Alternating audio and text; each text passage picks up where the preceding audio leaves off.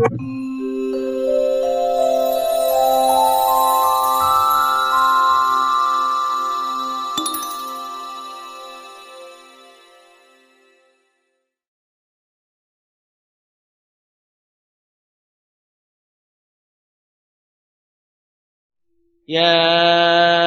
أيها الذين آمنوا كتب عليكم الصيام كما كتب على الذين من قبلكم لعلكم تتقون.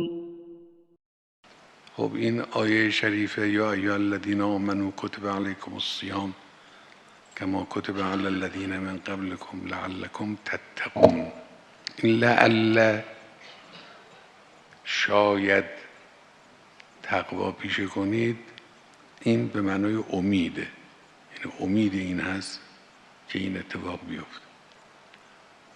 خب در مورد خدای متعال امید معنا نداره،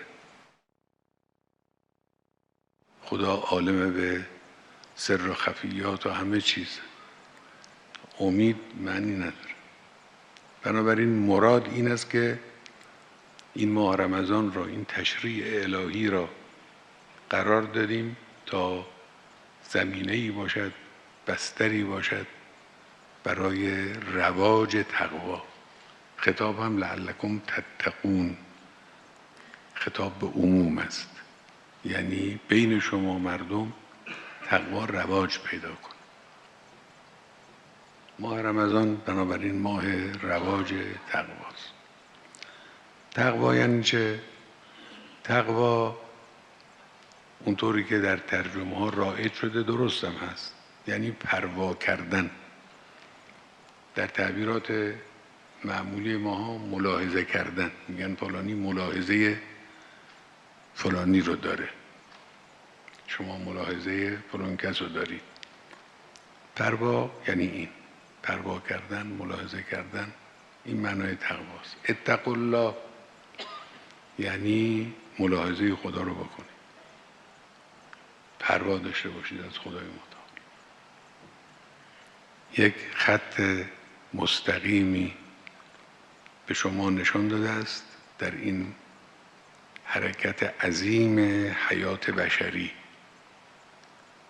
که محفوف به مشکلات، مثل زمینی که فرض کنید این گوشه اون گوشش مین وجود داره در زمین، یه راهی رو باز میکنن، یعنی این راه سلامت، راه امنیت، از اینجا برید. صراط مستقیم این ملاحظه خدا. اتقوا الله یعنی حواستون باشه از این راه منحرف نشید، کج و راست نشید، گرفتار خواهید شد، مشکل براتون درست میشه. اگر از این راه رفتید اون وقت نتایج خوبی به دست شما خواهد رسید. اون نتایج را هم خدا در قرآن مکرر در آیات متعدد قرآنی بیان کرده. لعلکم ترحمون،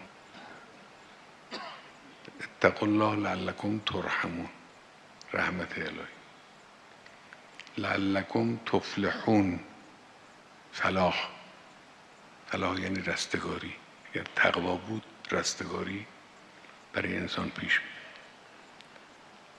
لعلکم تهتدون، در بعض از آیات هست تقوا موجب هدایت.